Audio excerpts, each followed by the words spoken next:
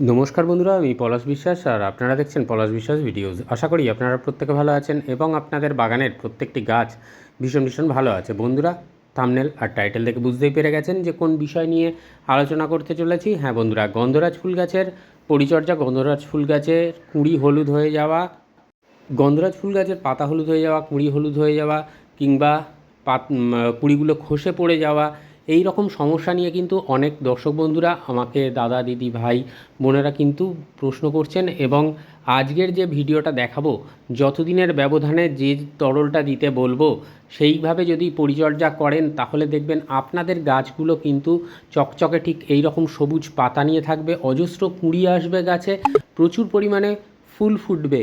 আর এই তরল সার কতদিনের ব্যবধানে দিতে হবে, কতটা পরিমাণে দিতে হবে, সবটাই কিন্তু আজকের বলে দেবো ডিটেলসে। তো তার আগেও যে কাজটা আমি বলবো যে বন্ধুরা, যেই গন্ধরাজ ফুল গাছ যে জিনিসটা মেনটেন করতে হবে, টবের মাটি কখনো শুকনো হতে দেওয়া যাবে না, অর্থাৎ যেন ড্রাই না হয়ে যায়, যেন হালকা ময়েশ্চার থাকে সব সময়। তার পাশাপাশি ফুল সানলাইট, অর্থাৎ আপনার বাগানের যে স্থানে সর্বোচ্চ সূর্যালোক পড়ে সেই স্থানে কিন্তু ঠাঁই দিতে হবে আপনার গন্ধরাজ গাছটিকে। ভালো করে স্প্রে করে স্নান করিয়ে দেবেন, আর এই স্প্রে করে সাধারণ জল দিয়ে স্প্রে করে স্নান করিয়ে দেবেন প্রতিদিন। আর অবশ্যই খেয়াল রাখবেন কীটনাশক ব্যবহার, যেটা বলেছি যে সপ্তাহে একবার করে নিম অয়েল এবং 10 দিনের ব্যবধানে যে কোনো কীটনাশক গাছের পাতায় স্প্রে করবেন। তাহলে দেখবেন পোকামাকড় দ্বারা আক্রান্ত হবে না আপনার গাছ। কুঁড়িগুলো কিন্তু অনেক সময় পোকারা কেটে ফেলে দেয়, এবং তার পাশাপাশি পাতার ভেতরে দেখবেন গোলভাবে লেদা পোকা বাসা বাঁধে, বা মাটির তলা থেকে উঠে এসে তারা পাতাও খেয়ে নেয়, কুঁড়িও খেয়ে নেয়। তো এই সমস্ত জিনিসগুলো থেকে বাঁচতে গেলে 10 দিনের ব্যবধানে অবশ্যই কীটনাশক ব্যবহার করতে হবে, এবং সপ্তাহে একবার করে নিম অয়েল আপনাকে স্প্রে করতে হবে গাছে। তাহলে দেখবেন এই টবের গাছেতে এই সমস্যাটা বেশি হয়। গন্ধরাজ গাছে মাটিতে মানে জমিতে যদি গাছ থাকে তো এই সমস্যাটা কিন্তু এতটা পরিমাণে হয় না, কারণ যথেষ্ট পরিমাণে মাইক্রোনিউট্রিয়েন্ট এবং প্রয়োজনীয় যে খাবারগুলো সেগুলো কিন্তু গাছ সংগ্রহ করে নিতে পারে। তাই বলবো বন্ধুরা যে একদম যেভাবে বললাম কীটনাশকের ব্যবহার, গাছে স্প্রে করে স্নান করানো, এবং টবের মাটি যেন সবসময় হালকা ময়েশ্চার থাকে, কাদা জ্যাবজ্যাবে নয় আবার ড্রাইও নয়, এইরকম থাকলে দেখবেন আপনার কুঁড়ি ঝরা কিন্তু প্রায় মানে অর্ধেকের বেশি কমে যাবে এই জিনিসগুলো মেনটেন করতে পারলে। আর তার পাশাপাশি আজকের যে তরলটা দেব, যেটা কিনা গাছের খাবারের ডেফিসিয়েন্সির জন্য হয়ে থাকে, যার ফলে কুঁড়ি হলুদ হয়ে ঝরে পড়ে, যে মাইক্রোনিউট্রিয়েন্টের অভাবটা হচ্ছে অন্যতম কারণ। ম্যাগনেসিয়ামের অভাবে এটা বিশেষ করে হয়, এছাড়াও আয়রন, জিঙ্ক এইগুলোরও প্রয়োজন থাকে। অর্থাৎ না, আমরা এনপিকে অর্থাৎ নাইট্রোজেন, ফসফেট, পটাশ জাতীয় খাবার তো মাসে একবার কি দুবার করে আমরা দিই, কিন্তু যে মাইক্রোনিউট্রিয়েন্ট আমাদের টবের মিডিয়ায় দিতে হবে সেটাই আজকের বলে দেব। দেখুন, টবের মিডিয়া সবসময় উচ্চ জল নিকাশিযুক্ত থাকবে, এবং তার পাশাপাশি যেটা থাকবে হালকা ময়েশ্চার মেনটেন থাকবে, যেরকম আমার টবের মাটিটা দেখতে পাচ্ছেন। তো যারা নতুন গন্ধরাজ গাছ এনে বসাবেন তাদের জন্য একবার সয়েল মিডিয়াটা ঝটপট বলে দিই। সয়েল মিডিয়া বলতে আপনার যে টব নেবেন তার গার্ডেন সয়েল আপনাকে নিতে হবে তার অর্ধেক, অর্থাৎ 50% মাটি নিতে হবে, 40% টবের ওই টবেরই 40% নিয়ে নেবেন আপনারা কম্পোস্ট। যে কোনো কম্পোস্ট হতে পারে, সেটা কাউডাং কম্পোস্ট হলে 1 বছরের পুরনো, আর না হলে ভার্মি কম্পোস্ট অথবা পাতা পচা সার নিতে হবে। আর তার সাথে নিতে হবে 10% মতন যে ফাঁকা স্থান পড়ে থাকবে, বিল্ডিং কনস্ট্রাকশানে ব্যবহার করা যায় লাল মোটা দানার বালি, বাড়তিন চারেক ধুয়ে মিশিয়ে নেবেন। তো 1 লিটার জলে তরল দ্রবণটা বানানো দেখাচ্ছি, বায়োভিটা এক্স দেখাচ্ছি, মানে এটাই যে দিতে হবে বা এর বিজ্ঞাপন আমি দিচ্ছি না। যে কাজটা করবেন আপনারা এই সময় দাঁড়িয়ে, এই যে যে কোনো অনুখাদ্য বা মাইক্রোনিউট্রিয়েন্ট আপনাকে কিন্তু টবের মিডিয়ায় দিতে হবে। কিভাবে দিতে হবে? আপনারা 1 লিটার জলে 1.5 ml মতন এই মাইক্রোনিউট্রিয়েন্ট নিয়ে নেবেন, যে কোনো, সেটা যদি বায়োভিটা এক্স নাও থাকে Sagarika, all in gold super, অথবা আপনারা অ্যাগ্রোমিন গোল্ড, অ্যাগ্রোমিন ম্যাক্স, বিভিন্ন ধরনের বাজারে প্রচুর মাইক্রোনিউট্রিয়েন্ট আছে, যে কোনো একটা নিয়ে নেবেন। তার সাথে যেটা নিতে হবে, শিকড়টাকে স্ট্রং রাখতে হবে, গাছের খাদ্যগুলোকে ভেঙে যাতে গাছ খাবার সংগ্রহ করে নিতে পারে দ্রুততার সাথে, সেই কারণে মেশাতে হবে আমাদের হিউমিক অ্যাসিড। লিকুইড ফর্মেশনে থাকলে 1 লিটার জলে 2 ml নেবেন, ভালো করে শুনে রাখুন, 2 ml নেবেন 1 লিটার জলে। আর যদি ডাস্ট ফর্মেশনে থাকে তাহলে 5 গ্রাম থেকে 7 গ্রাম আপনারা কিন্তু হিউমিক অ্যাসিড ডাস্ট নিয়ে নেবেন। তো এই দুটো জিনিস মাথায় রাখবেন। হিউমিক অ্যাসিডটা ভীষণ ভীষণ প্রয়োজন এই কুঁড়ি ঝরা আটকানো এবং তার পাশাপাশি ফুল আনানোর ক্ষেত্রে। আর এটা যেটা দেখছেন এটা ম্যাগনেসিয়াম সালফেট বা এপসাম সল্ট, সাদা চিনির দানার মতন হয়, আবার এরকম কালারযুক্ত হয়, রঙের দিকে যাবেন না। তো যাই হোক, কোম্পানি ওয়াইজ অনুযায়ী না কালার চেঞ্জ হতে পারে। তো এটা মোটামুটি 2 থেকে 3 গ্রাম আপনারা নিয়ে নেবেন 1 লিটার জলের জন্য, ম্যাগনেসিয়াম সালফেট বা এপসাম সল্ট।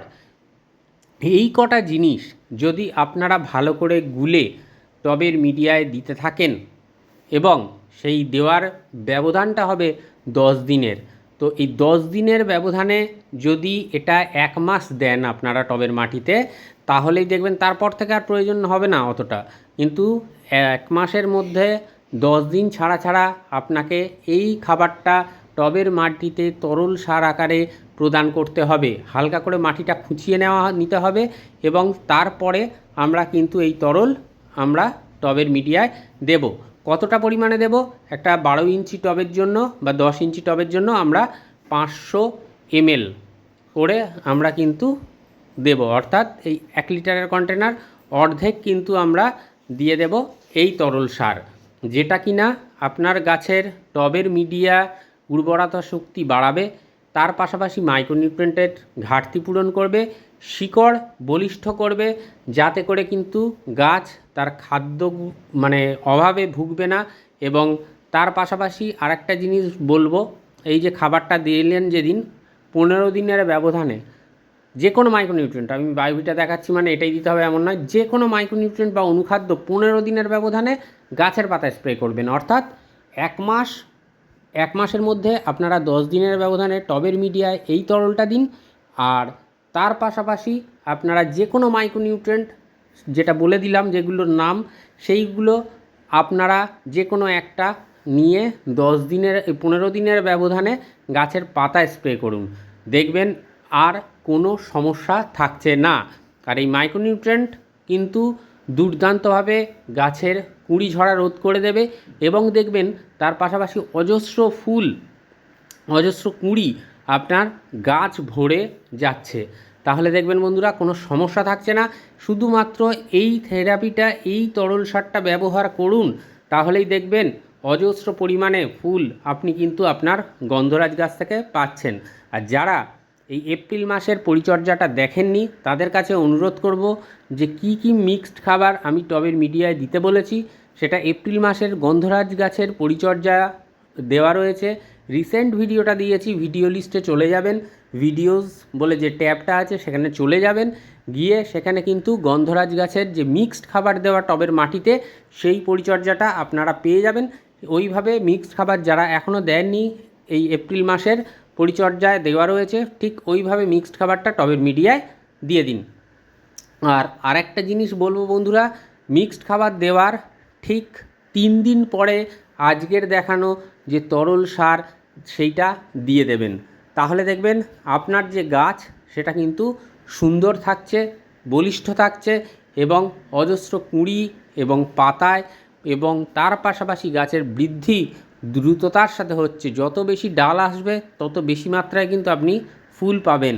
তো এভাবেই পরিচর্যা করুন, দেখবেন গন্ধরাজ গাছের কুঁড়ি হলুদ হয়ে ঝরে যাওয়া, পাতা হলুদ হয়ে ঝরে যাওয়া কোনোটাই থাকবে না।